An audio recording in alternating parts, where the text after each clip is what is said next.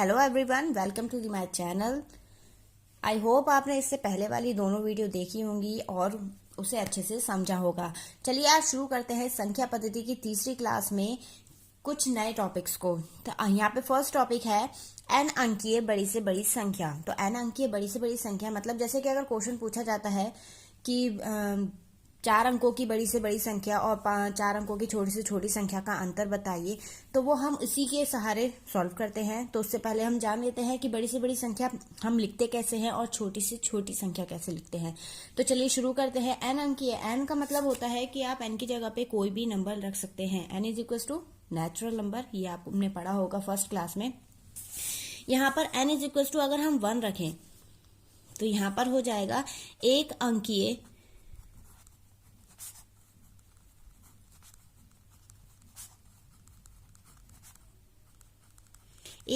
बड़ी से बड़ी संख्या। तो एक अंकीय बड़ी से बड़ी संख्या कौन सी होती है? जिसमें सिर्फ एक ही डिजिट आए। तो जो हमारा 9 है वो एक अंकीय बड़ी से बड़ी संख्या हो जाएगा। अब यहाँ पे बात करें 2 अंकीय बड़ी से बड़ी संख्या क्या होगी, तो वो हो जाएगा 999। बस आपको ये ध्यान रखना है कि जितने अंक कहेगा हम उतनी बार ही क्या रख देंगे, 9 लिख देंगे। तो यहाँ पे 3 अंकों की बात कहेगा कि 3 अंक की सबसे बड़ी संख्या कौन सी होती है, तो ये हो जाएगा 999। 4 अंकों की कितना हो जाएगा, 4 बार 9 हो जाएगा। और अगर 5 अंक की ये बात करेगा तो कितना हो जाएगा, 5 बार हम 9 लिख देंगे। ऐसे ही 6 बार कहेगा तो हम 6 बार लिख देंगे, 7 बार कहेगा तो 7 बार। बस मेनली आपको ध्यान रखना है कि बड़ी से बड़ी संख्या हमेशा 9 से शुरू होती है और 9 ही रहती है ज्यादातर। तो जितनी डिजिट कहेगा हम उतनी बार क्या कर देंगे, 9 को लिख देंगे। वो हमारी क्या बन जाएगी, बड़ी से बड़ी संख्या बन जाएगी। चलिए नेक्स्ट देखते हैं। नेक्स्ट क्या है? नेक्स्ट है हमारा एन अंकीय छोटी से छोटी संख्या। एन का मतलब वही है कि आप एन की जगह पे कोई भी नंबर रखेंगे। तो यहाँ पे बात करते हैं सबसे पहले एक अंकीय छोटी से छोटी संख्या। तो एक अंक की सबसे छोटी संख्या कौन सी होती है? एक ही होती है। सबसे छोटी संख्या की बात करें तो एक हमारी सबसे छोटी संख्या है। अब यहाँ पर 2 अंकीय संख्या, तो यहाँ पर रूल ऊपर वाले के जैसा नहीं होगा कि एक को हम 2 बार लिख दें, नहीं, उससे भी वो 11 बन जाएगा। और 11 से छोटी संख्या होती है 10। तो 2 डिजिट चाहिए हमें, ठीक है। तो सबसे छोटी संख्या कौन सी हो जाएगी, 2 डिजिट में 10 हो जाएगी। अब यहाँ पे रूल सेम हो जाएगा क्योंकि फर्स्ट वाले के अकॉर्डिंग तो छोटी संख्या 1 हो गई, लेकिन सेकंड वाले के अकॉर्डिंग हमारी छोटी संख्या क्या हो गई, 10 हो गई। अब अगर हम 3 अंकीय संख्या की बात करें तो यहाँ पर 100 हो जाएगा। अब आप देखिए, अगर इससे बड़ी संख्या हम बात करेंगे तो 101 हो गया, और इससे छोटी करेंगे तो 99 हो गया, और 99 से भी छोटी संख्याएं होती है वो दो डिजिट में संख्याएं हो जाएंगी। हमें कितने संख्या में डिजिट में चाहिए, 3 डिजिट में चाहिए। तो यहाँ पर देखिए 1 2 3 डिजिट हो गई हमारी कंप्लीट। बस आपको अब ये ध्यान रखना है कि जितने डिजिट कहेगा हमें उतनी डिजिट कंप्लीट करनी है। उसमें पहला वाला नंबर 1 रहेगा, बाकी सारी डिजिट कैसी रहेंगी, 0 रहेंगी। ऐसे अगर 4 अंकों की संख्या की बात करें छोटी से छोटी, तो वो हो जाएगा 1000 यानी 1000। 5 अंकीय संख्या की बात कहेगा तब 10000 यानी 10,000। ऐसी 6 की बात करेगा तो 1 लाख हो जाएगा। बस आपको ये ध्यान रखना है कि पहला नंबर तो रहेगा 1, बाकी सारे डिजिट क्या रहेंगे, 0 रहेंगे। तो आई होप आपको समझ में आया होगा। चलिए नेक्स्ट देखते हैं। नेक्स्ट है हमारा संख्याओं की विभाज्यता की जांच। मतलब जैसे अगर कोई भी डिजिट दी जाती है और उसे डिवाइड करने की बात कही जाए और पूछा जाए कि कोई संख्या दे दी 4-5 डिजिट की, और फिर पूछा जाए कि ये संख्या किससे डिवाइड होगी, तो आपको उसे पूरा चेक करना पड़ेगा। तो उस चेक करने वाले टाइम को बचाने के लिए सिर्फ 10 सेकंड या 15 सेकंड में आप उसकी विभाज्यता की जांच कर सकते हैं। कैसे? तो वही रूल हम अब आगे पढ़ने वाले हैं। सबसे पहले बात करते हैं 2 की। तो 2 से हम कैसे चेक करेंगे कि कोई संख्या 2 से कट रही है या नहीं। तो जो भी संख्या होगी, आप यूनिट प्लेस समझते हैं, इकाई का अंक जो होगा, अगर इकाई के अंक पर 0 2 4 6 8, अगर इनमें से कोई भी नंबर होगा तो वो पूरी संख्या क्या हो जाएगी, 2 से डिवाइड हो जाएगी पूरी। तो जैसे हम बात करते हैं 2 4 6 1 5 2, क्या ये संख्या 2 से डिवाइड है? जी बिल्कुल है, क्योंकि इसकी इकाई का अंक क्या है, 2 है, और 2 हमारे इसके अकॉर्डिंग आ रहा है। तो ये पूरी संख्या भी क्या हो जाएगी, 2 से डिवाइड हो जाएगी। काट के देख लेते हैं। 2 एकम 2, 2 दूनी 4, 2 तिया 6। जब यहाँ पे एक संख्या नहीं कटती है तो वो 0 आ जाता है, ये इसके साथ लग जाएगा 15 हो जाएगा। 2 सत्ते 14, 1 बच गया, 1 12 2 के साथ लग जाएगा 12 हो जाएगा। 2 6 12, तो ये पूरा पूरा कट जाएगा। अब बात करते हैं 3 की। क्या 3 से चेक कर सकते हैं हम? जी बिल्कुल कर सकते हैं। इसमें रूल बहुत सिंपल है, ज्यादा नहीं है। आपके पास कोई भी डिजिट हो, हमें बस इतना करना है कि जो भी डिजिट होंगी, तो जो भी डिजिट होगी हम उनके जितने भी अंक होंगे उसे क्या कर देंगे, प्लस कर देंगे, और फिर उससे चेक करेंगे क्या वो संख्या हमारी 3 से कट रही है या नहीं। चलिए, जैसे हम इसी संख्या को ले लेते हैं 2 4 6 1 5 2। जब हम इसके सारे अंकों को प्लस करेंगे, कोई भी डिजिट हो, ठीक है, कोई भी डिजिट कितनी भी नंबर की हो, जैसे 1 2 3 डिजिट की हो, 4 डिजिट की हो, 5 डिजिट की हो, तो उससे कोई फर्क नहीं पड़ता। आपको सिर्फ उसे चेक करना है। कैसे चेक करेंगे? 2 + 4 + 6 + 1 + 5 + 2। देखिए सारी डिजिट को मैंने प्लस कर लिया है। ये आप मतलब जब आपको आ जाएगा तो आप सिर्फ माइंड में से प्लस कर सकते हैं, आपको इतना नहीं करना पड़ेगा। जब हम प्लस करेंगे कितना आ जाएगा? 2 4 6 6 6 12 12 1 13 13 5 18 18 2 20। तो क्या ये जो 20 है ये 3 के टेबल में आता है? नहीं आता है, तो ये 3 से डिवाइड नहीं होगा। जब ये इसका योग 3 से डिवाइड नहीं हो रहा है तो हमारी संख्या भी 3 से डिवाइड नहीं होगी। आप इससे ऐसे भी चेक कर सकते हैं। ये तो हो गया पहला तरीका। दूसरा तरीका ये है कि 3 3 बना लें। 3 या 6 जो भी 3 से कटता हो नंबर, वो नंबर बना लें। जैसे कि अगर मैं इसकी बात करूं, इसको 1 के साथ जोड़ दूं, 3 बन जाएगा। ये 3 से डिवाइड हो गया, यानी ये हट गए नंबर। अब 6 3 से कट जाता है, ये भी घट गया। इसको और इसको प्लस करेंगे, 6 बन जाएगा, ये भी कट गया। बचा क्या हमारा 5, लेकिन 5 3 से नहीं कटेगा, तो ये संख्या भी किससे? 3 से नहीं कटेगी। तो आप दोनों मेथड में से जो भी मेथड आपको सही लग रहा है आप वो ट्राई कर सकते हैं। चलिए नेक्स्ट देखते हैं।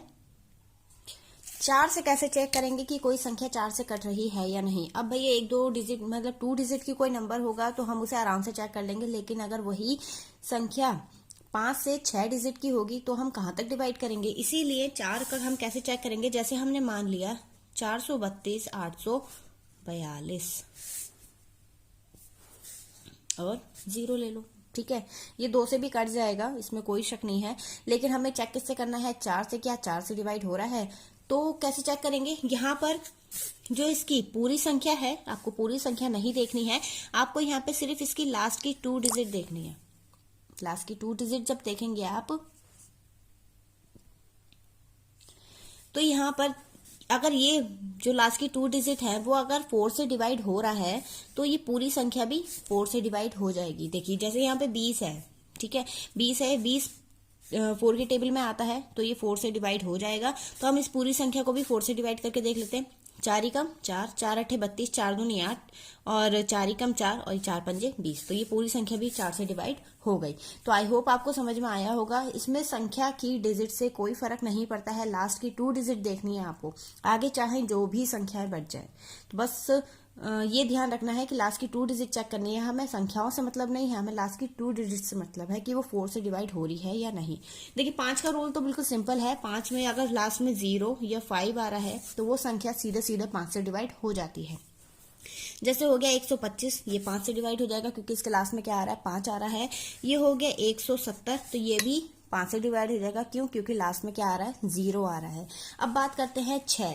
क्या 6 से कोई संख्या डिवाइड होती है? कैसे चेक करेंगे? तो यहाँ पर अगर कोई संख्या 2 और 3 जो हमने रूल बताए हैं 2 के लिए और 3 के लिए, अगर वो उन दोनों रूलों को फॉलो कर रही है, यानी 2 से भी कट रही है और 3 से भी कट रही है, तो वो संख्या 6 से भी कट जाएगी। देखिए अब 7 से कैसे चेक करेंगे कि कोई संख्या 7 से कट रही है या नहीं। तो 7 का रूल थोड़ा टफ है, तो आप इसे थोड़ा ध्यान से समझिएगा। मान लिया हमारे पास कोई संख्या है 2961, मान लिया, ठीक है। अब इसे चेक कैसे करेंगे कि 7 से कट रहा है या नहीं कट रहा है? तो आप इसे या तो डायरेक्ट डिवाइड कर लीजिए, वो ज्यादा बेटर है, क्योंकि इसका रूल थोड़ा टफ है।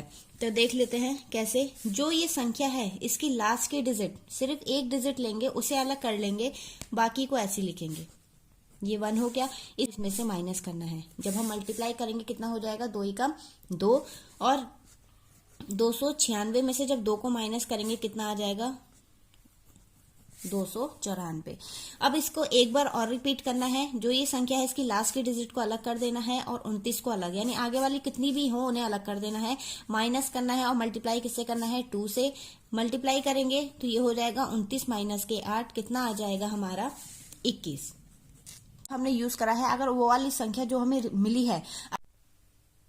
अब ये जो हमें आंसर मिला है, अगर इसको हम चेक करेंगे, अगर ये 7 से डिवाइड है तो हमारी पूरी संख्या भी क्या हो जाएगी, 7 से डिवाइड हो जाएगी। चलिए चेक करते हैं अब 8 से, कि 8 से हम कैसे चेक करेंगे कोई संख्या 8 से डिवाइड हो रही है नहीं हो रही है। तो इसका रूल लमसम जो है वो 4 के रूल के बराबर है। जैसे हमने मान लिया कोई संख्या है 43280820422, मतलब डिजिट मैंने ज्यादा लंबी ले ली, इतनी लंबी आती नहीं है। तो हम इसमें चेक करेंगे कि इसमें 8 वाले में, 4 वाले में क्या कर रहे थे हम, लास्ट की 2 डिजिट चेक कर रहे थे, लेकिन 8 वाले में हम लास्ट की 3 डिजिट चेक करेंगे। हमें आगे वाली संख्याओं से मतलब नहीं है, हमें सिर्फ लास्ट की 3 डिजिट चाहिए। कैसे चेक करेंगे, अगर ये इसको डिवाइड करेंगे पहले इससे, 8 का 8, 8 दूनी 16, कितना बचेगा 7, 7 और 2 कितना हो गया 72, 8 ने 72। अगर ये पूरी संख्या कट गई है तो ये मतलब लास्ट की 3 डिजिट अगर कट गई हैं तो हमारी पूरी की पूरी डिजिट भी 8 से डिवाइड हो जाएगी।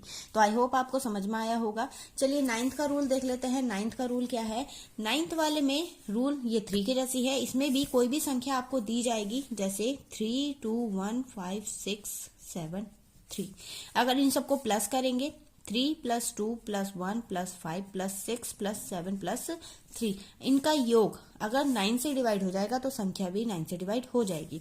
तो 3 5 हो गया, 5 1 6, 6 1 5 11, 11 6 17, 17 7 24, 24 7 27। तो क्या ये 9 की टेबल में आता है? जी बिल्कुल आता है। 9 कम 9, 9 तियां 27। ये ध्यान रखिएगा कि अगर कोई संख्या 9 से डिवाइड है तो वो 3 से तो डिवाइड हो ही जाएगी, लेकिन ये जरूरी नहीं कि अगर कोई संख्या 3 से डिवाइड है कि वो 9 से भी डिवाइड हो जाएगी। क्यों? क्योंकि 3 के पहाड़े में 15 आता है, लेकिन 9 की टेबल में 15 नहीं आता है, तो वो 3 से तो डिवाइड हो जाएगी संख्या, लेकिन 9 से डिवाइड नहीं होगी। चलिए आई होप आपको समझ में आया होगा। अब 10th वाले का देख लेते हैं। 10th वाले में इसमें रूल सिंपल सा है, अगर लास्ट में 0 है तो संख्या 10 से डिवाइड है, अगर 0 नहीं है तो 10 से डिवाइड नहीं है। तो आई होप आपको ये डिवाइडेशन का रूल समझ में आया होगा। अगर समझ में आया हो तो वीडियो को लाइक कर दीजिएगा और चैनल को सब्सक्राइब। चलिए अब देखते हैं 11 से डिवाइड होने का रूल। तो 11 से डिवाइड होने का रूल भी थोड़ा सा टफ है, क्योंकि जैसे जैसे नंबर्स आगे बढ़ते जाते हैं उनका डिवाइडेशन का रूल भी बढ़ता जाता है। तो आपको मेनली सिर्फ 12th तक याद रखना है डिवाइडेशन का रूल। तो यहाँ पर पहले तो 12th का देख लेते हैं। 12th में अगर कोई संख्या 3 से और 4 से डिवाइड हो रही है तो वो 12 से भी डिवाइड हो जाएगी। तो इसका तो सिंपल रूल है। 11 का थोड़ा टफ है, अलग है, मतलब 7 से तो इजी है। यहाँ पर देखेंगे कि जैसे हमने मान लिया 3 2 1 5 6 7 1, ये मान लिया। अब इसमें चेक कैसे करेंगे कि 11 से डिवाइड है या नहीं है। तो इसके सारे विषम संख्या अलग, मतलब विषम नंबर पे जो डिजिट हैं, इसको और इसको प्लस करेंगे, यानी 3 + 1 + 6 + 1, और ये जो बची हैं इनको प्लस करेंगे, 2 + 1 5 + 7 प्लस कर देते हैं, 3 1 4 हो जाएगा, 4 6 10 10 6 10 1 11। यहाँ पर प्लस करेंगे तो 7 हो गया, 7 7 14। अब माइनस करेंगे, जो भी हमारा ये ऐड करके आंसर आया है, अगर इनके माइनस करने के बाद हमें 0 या फिर इससे डिवाइड होने वाली कोई संख्या मिल जाती है तो संख्या डिवाइड होगी पूरी पूरी 11 से। अगर डिवाइड माइनस करने के बाद हमें कोई ऐसी संख्या नहीं मिलती, जैसे इसमें हम माइनस करें तो माइनस के 3 मिल रहा है, तो 3 तो कहीं से कहीं तक 11 के टेबल में नहीं आता है, तो ये संख्या भी 3 से डिवाइड नहीं होगी। तो आई होप आपको ये डिवाइडेशन वाले रूल समझ में आए होंगे। ऐसी चलिए देखते हैं अब आगे क्या है हमारा, एक अंकीय कुल कितनी संख्या। अब ये भी पूछा जाता है कि एक अंक की कुल कितनी संख्याएं हैं। वैसे एक तो बहुत ज्यादा इजी हो गया, 2 अंकों की कुल कितनी संख्याएं होती हैं, 3 अंकों की कितनी संख्याएं होती हैं। तो उसी चीज को लेकर इसको भी हमने इसी सिलेबस में इस वाले चैप्टर में रख दिया है। तो यहाँ पर देखिए एक अंकीय कुल कितनी संख्याएं होती हैं, आप काउंट करेंगे तो 1 2 3 4 5 6 7 8 और 9। 10 जो हो जाएगा वो डबल डिजिट हो जाएगा, यानी 2 अंकीय संख्या हो जाएगा। तो यहाँ पर जो 1 से लेके 9 तक की संख्याएं होती हैं टोटल, यानी 1 डिजिट वाली, वो होती हैं कुल 9। अब आप बात करें कि 2 अंकीय संख्याएं कैसे पता करें कि कितनी होती हैं, तो 2 अंकीय संख्या में कुछ नहीं करना है। 2 अंक की सबसे बड़ी से बड़ी संख्या कौन सी होगी, 99, और एक अंक की जो सबसे छोटी संख्या होगी उसे इसमें से माइनस कर देंगे, हमें 2 अंकीय संख्याएं मिल जाएगा। चाहे तो आप अपने हिसाब से काउंट भी करके देख सकते हैं कि आंसर सही आएगा या नहीं। अब यहाँ पर 3 अंकीय, तो वही है रूल, 3 अंकीय बात कही है तो 3 अंकों की बड़ी से बड़ी संख्या लेंगे और उससे जस्ट छोटी 2 अंकों की संख्या माइनस कर देंगे, 900। ठीक, अब 4 अंकों की बात कही है तो उसमें भी यही रूल अप्लाई होगा। 4 अंकों की बड़ी से बड़ी संख्या और 3 अंकों की बड़ी से बड़ी संख्या जब माइनस करेंगे कितना आ जाएगा, 9000। ऐसे ही इसमें 5 अंकों की बड़ी से बड़ी संख्या और 4 अंकों की बड़ी से बड़ी संख्या को क्या कर देंगे, हम माइनस कर देंगे, तो ये आ जाएगा 90,000। तो आई होप आपको समझ में आया होगा और कोई दिक्कत नहीं आएगी अब कोई भी अंकों की संख्या निकालने में। तो अब बात करते हैं योग्य या फिर योज्य प्रतिलोम क्या होता है। तो योज्य प्रतिलोम, जैसे आपके पास कोई भी संख्या है, चाहे वो परिमेय हो या अपरिमेय, वो परिमेय हो या फिर कोई नॉर्मल नंबर हो, उसका योज्य प्रतिलोम होता है। जो भी संख्या होगी उसका नेगेटिव मान ही उसका योज्य प्रतिलोम होगा। जिनको हम योग करने पर, जिन 2 संख्याओं को हमें योग करने पर 0 प्राप्त हो जाए वो उसका योज्य प्रतिलोम होता है। जैसे हमने बात कर ली 1 का योग्य प्रतिलोम या फिर योज्य प्रतिलोम क्या होगा, इसका हो जाएगा -1। जब हम इन दोनों को ऐड करेंगे क्या आ जाएगा, 0। ऐसी अगर 1/2 की बात करें तो इसका योज्य प्रतिलोम क्या हो जाएगा, -1/2। ये ध्यान रखिएगा, योग मतलब होता है प्लस, यानी किसी भी चीज को जब हम प्लस करें और 0 मिल जाए वो उसका योज्य प्रतिलोम हो जाएगा। तो एक तो संख्या प्लस में रहेगी और एक संख्या माइनस में। अगर आपको माइनस में पहले दे दे और इसका योज्य प्रतिलोम पूछ ले तो ये हो जाएगा 1/2, यानी प्लस का 1/2। अब गुणात्मक प्रतिलोम की बात कर लेते हैं। तो गुणात्मक प्रतिलोम ये होता है कि जिन भी संख्याओं को गुणा करने पर हमें 1 मिल जाए वो उसका गुणात्मक प्रतिलोम हो गया। जैसे कि ये हो गया a फॉर एग्जाम्पल, और इसकी मल्टीप्लाई हम किससे करें कि हमें 1 मिल जाए, तो 1/a, a से a कैंसिल हो जाएगा और ये क्या हो जाएगा 1, यानी उसका व्युत्क्रम ही उसका गुणात्मक प्रतिलोम होगा। जैसे 2 की बात कर लें, 2 इंटू 1/2, यानी इसका गुणात्मक प्रतिलोम क्या हो गया 1/2। जब हम मल्टीप्लाई करेंगे 2 से तो 2 कैंसिल हो गया, आंसर क्या आ गया हमारा 1 आ गया। चलिए आगे देख लेते हैं। स्थानीय मान एवं वास्तविक मान में क्या अंतर होता है। तो ये क्वेश्चन ज्यादातर एग्जाम्स में देखने भी मिलता है कि कोई संख्या आपको दे देंगे और कहेंगे कि उसका स्थानीय मान और वास्तविक मान का अंतर क्या होगा या फिर उसका योग क्या होगा। तो कोई भी संख्या हो, स्थानीय मान आई होप आपको आता होगा। जैसे हमने मान लिया 7 3 2 5 1 7। अब इसमें कहा है कि 7 का स्थानीय मान और उसके वास्तविक मान का अंतर निकालना है। तो कैसे निकालेंगे, सबसे पहले तो स्थानीय मान होता है कि जो जिस संख्या पे होगा वो 7 और उसके पीछे जितने नंबर होंगे उतने क्या हो जाते हैं, 0 लग जाते हैं। ठीक, ये तो हो गया इसका स्थानीय मान।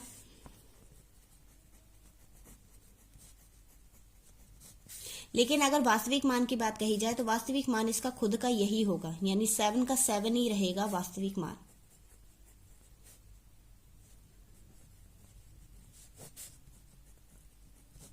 इसमें कोई भी 0 या फिर कोई भी पॉइंट वगैरह नहीं आता है। अब इसका अंतर की बात कही है तो इसको इसमें प्लस कर देंगे। अगर योग की बात कहेगा तो इसमें प्लस हो जाएगा, यानी 0 0 0 7। तो ये हो गया इसका योग, स्थानीय मान और वास्तविक मान का अंतर। ये ध्यान रखिएगा, वास्तविक मान उसका एक्चुअल मान होता है जो होता है हमें दिया हुआ।